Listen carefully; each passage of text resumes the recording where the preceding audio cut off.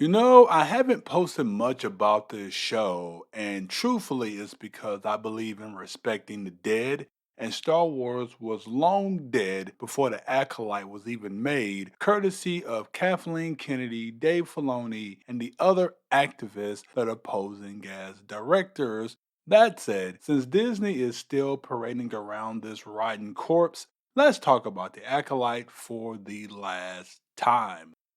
This last episode was the worst of the series, in my opinion, and that's saying something considering every single episode has ranked somewhere between the poop emoji, minus a smiling face, and a raging dumpster fire. I didn't think that it was possible to break even more Star Wars lore and canon, but leave it up to Harvey Weinstein's personal assistant and Leslie Hetland to find a way, or excuse me, former personal assistant to Harvey Weinstein.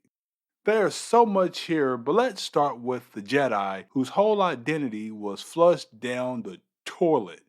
Us as Star Wars fans have come to know the Jedi to be calm, logical thinking, and focused. But nope, not Leslie's Jedi. Yes, I'm calling them that because they aren't your traditional Jedi, you see.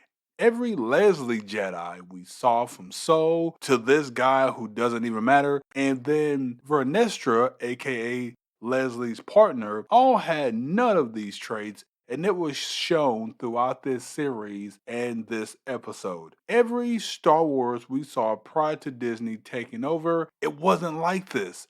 The only one that we saw that was a Jedi who had emotional issues was, well, one, Anakin in the prequels, because that was actually unique to his character. And then, of course, Luke, who happened to be the son of Anakin, and even he was able to get his emotions in check and not kill his father or wanting to fight the Emperor in the end. Leslie's Jedi, though, all act like emotional, dim-witted morons. Like, for example, Saul wanting Osha to be his Padawan all along because he somehow loved her from the day he saw her as a 8 to 9-year-old girl. That would be weird if it came from anybody else not named Leslie Hetland, but I guess it's to be expected considering she did say that she would actually write what she knows. Then there's Vernestra with her hyperspace bubble guts issue, which isn't something a Jedi would say, even if it was the case. That's not something that Jedi just come out and just openly say.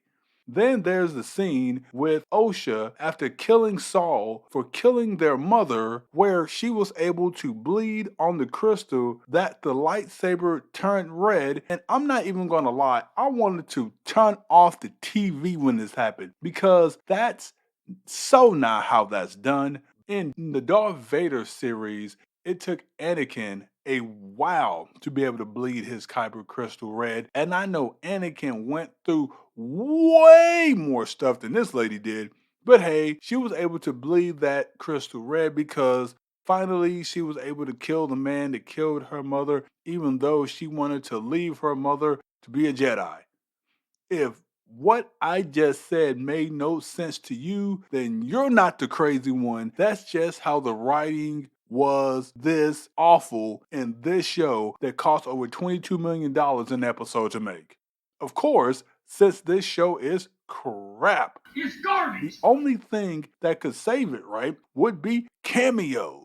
I'm pretty sure Leslie Hetland and the rest of the shields over there at Disney and activist directors were like, you know what? Cameos. That's what people like.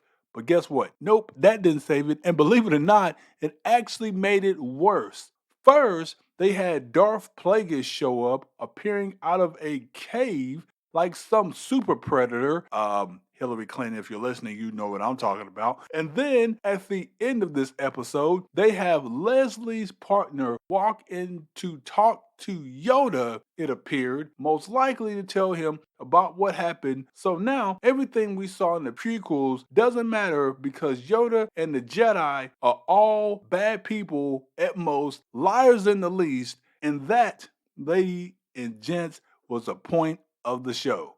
The whole point was to change the lore to show the Jedi as this bad or not exactly good entity. And for you new incoming Star Wars fans, just know that none of that is true. This is just a poorly made fan flick about a galaxy that should be far, far, far away from George Lucas's Star Wars, but sadly it isn't.